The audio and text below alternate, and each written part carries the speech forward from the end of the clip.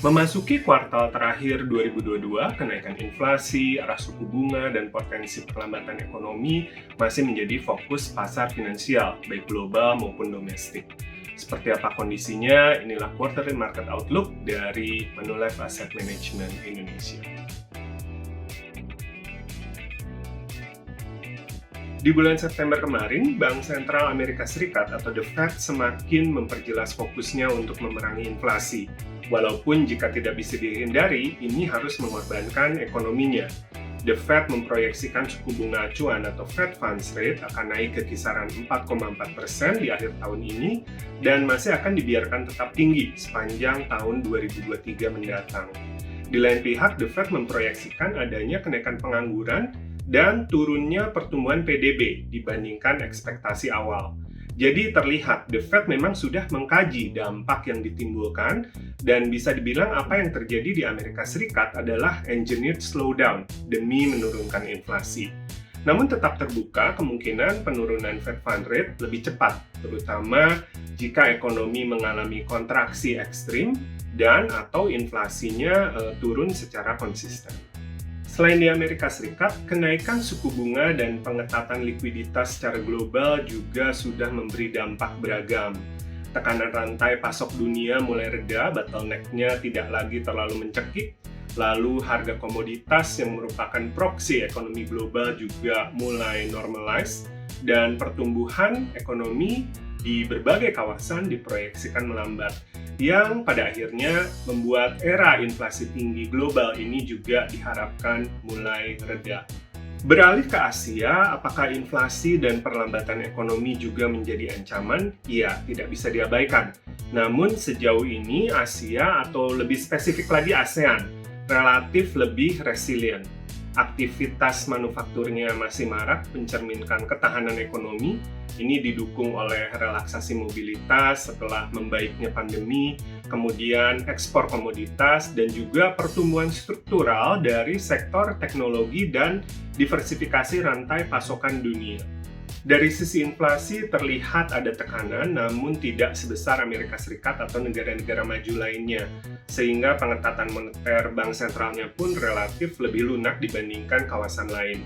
Apalagi jika kita memperhitungkan ke depannya ini ada perbaikan rantai pasok dunia dan mulai turunnya harga pangan dan energi juga menurunkan tekanan inflasi secara global.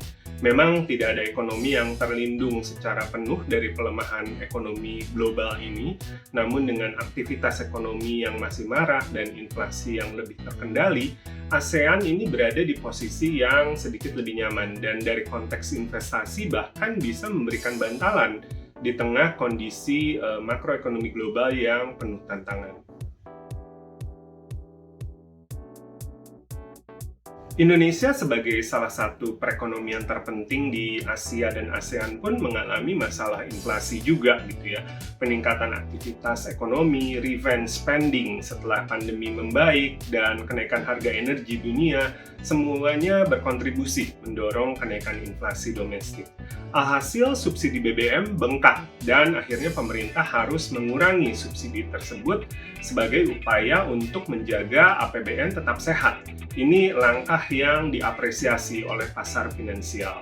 Kali ini puncak siklus inflasi Indonesia diperkirakan di kisaran 6%, jauh lebih rendah dibandingkan periode siklus lonjakan inflasi di masa lalu. Di kuartal ketiga kemarin, BI sudah 2 kali menaikkan suku bunga acuan dari 3,5% ke 4,25%. Dan sampai akhir tahun ini kami proyeksikan suku bunga acuan dapat meningkat sampai 5% sebagai respons atas inflasi, kemudian upaya untuk menjaga daya tarik nilai tukar rupiah dengan cara menjaga selisih suku bunga Indonesia dan Amerika Serikat tetap positif. Tak dapat dimungkiri, kenaikan harga BBM dan kenaikan suku bunga tetap berdampak pada PDB, walaupun kali ini dampaknya cukup minim. Dari komponen konsumsi untuk membantu daya beli masyarakat yang paling terimbas, pemerintah menambah anggaran bansos senilai 24,5 triliun sampai akhir tahun ini, menjangkau 40% populasi sasaran. Indonesia juga diuntungkan oleh harga komoditas yang masih terus menopang ekspor, yang walaupun memang sudah mulai turun, tapi masih tetap lebih tinggi dibandingkan sebelum konflik Rusia-Ukraine. Dari komponen investasi, sumber daya alam terkait green energy, elektrifikasi, seperti misalnya tembaga, nikel, ini juga menjadi bintang baru yang dilirik investor asing dan semakin terbantu oleh kebijakan pemerintah terkait hilirisasi. Kita bahas sedikit lebih mendalam mengenai hilirisasi industri. Kondisi makro saat ini jauh lebih baik dibandingkan periode 98 atau 2008. Ini didukung oleh perbaikan sektor dan institusi keuangan.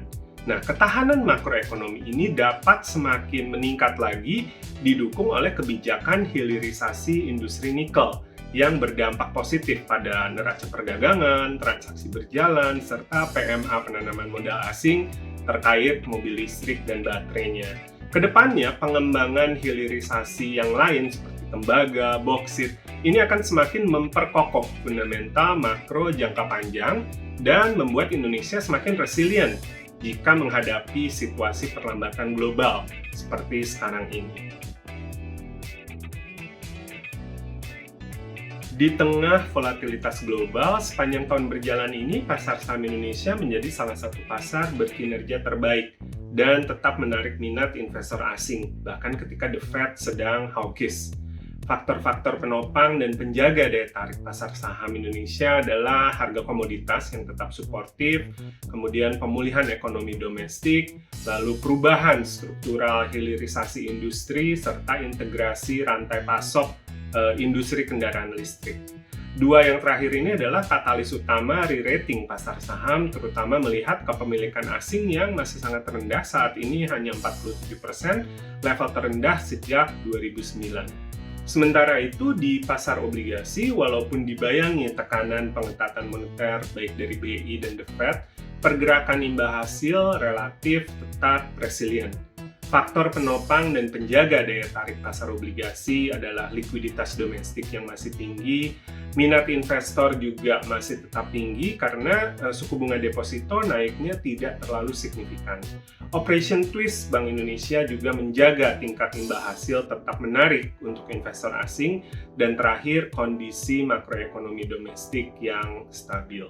Akhir kata, di tengah volatilitas dan perlambatan global, perekonomian Indonesia untuk tahun 2022 dan 2023 mendatang diperkirakan masih stabil, tumbuh di kisaran 5%. Tidak istimewa jika kita bandingkan dengan era sebelum pandemi, namun sangat istimewa kalau kita memperhitungkan kondisi global yang sedang terjadi sekarang. Tetap ada risiko dari sisi inflasi, daya beli, dan juga geopolitik. Namun di Indonesia, pemerintah dan bank sentral masih memiliki ruang untuk mengupayakan keseimbangan antara pengendalian inflasi dan menjaga momentum pertumbuhan, guarding the momentum.